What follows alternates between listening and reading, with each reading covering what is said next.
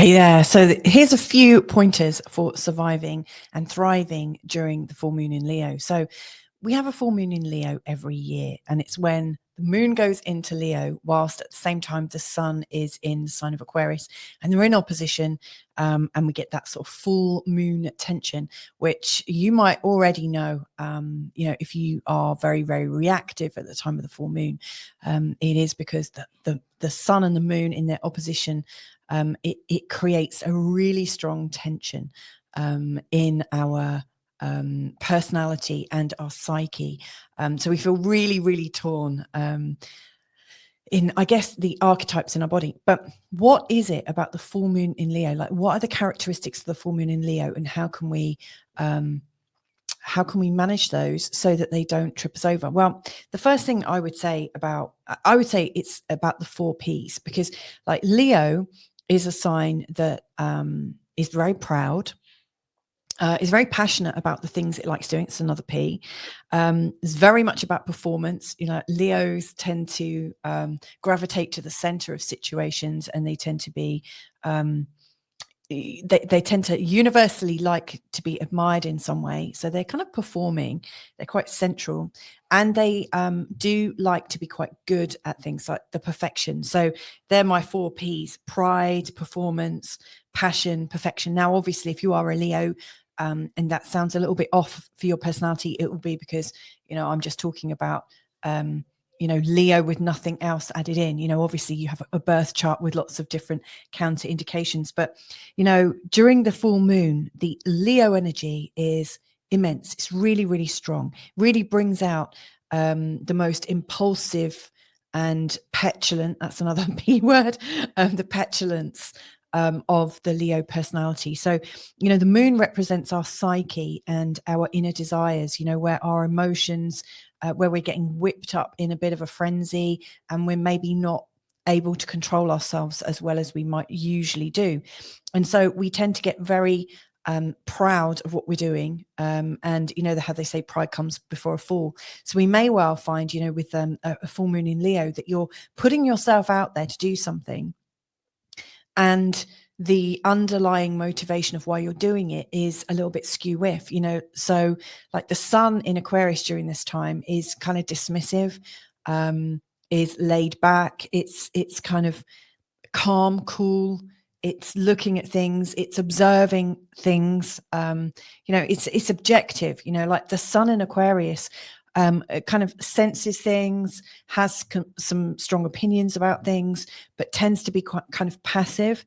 And then the moon in Leo, when it goes into that opposition, there's this kind of urge to come out and be seen, and to be appreciated, and to be the best at what you're doing and the best at what you're saying, and to perform, and to have the spotlight on us. And so that kind of cool, reserved Aquarian observer energy that might be going on at the same time, it's kind of at odds. On the one hand, you're wanting to be kind of still in the process and understand the bigger picture.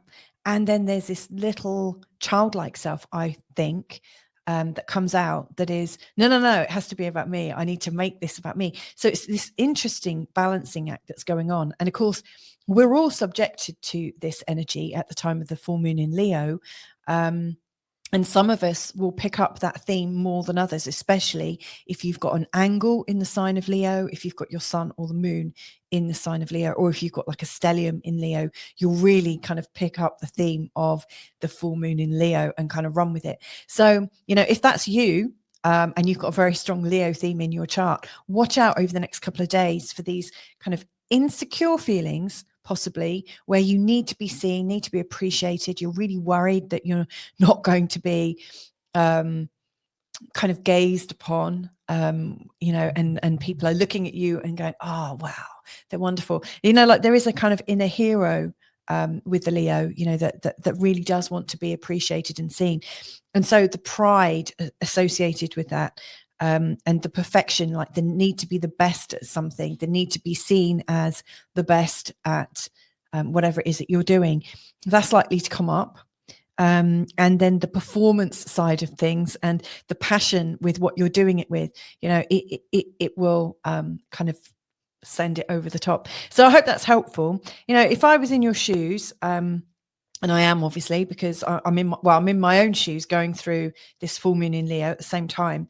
It's like anywhere where you feel like you're not being listened to, anywhere where you feel like you're not important, anywhere where you feel like you're not central, those feelings are likely to come up and take you by surprise. So my advice to you in terms of surviving and thriving during this full moon in Leo is take good care of yourself.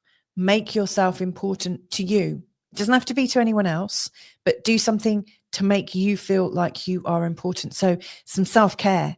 If you think of a cat, which, you know, obviously a Leo is a lion, but think of a cat, how they like to languish and be stroked and be pampered. You know, pamper yourself during this time so that that feeling of being ignored and not good enough isn't coming up and wrong footing you.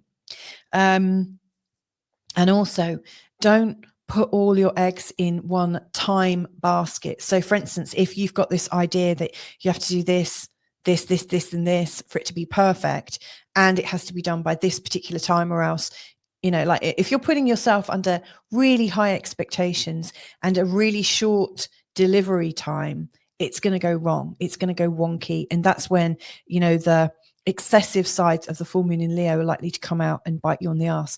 You know, I really think that during this time, lots of people make a spectacle of themselves. So for instance, if there's a big party and you're feeling sensitive and, you know, there's a load of booze or whatever, this is a time, it's a perfect time for people to make a complete arse of themselves really, really easily. So pamper yourself so you're feeling attended to, and don't put yourself under these massive time constraints with high expectations. Give yourself a day off, a week off, a couple of weeks off.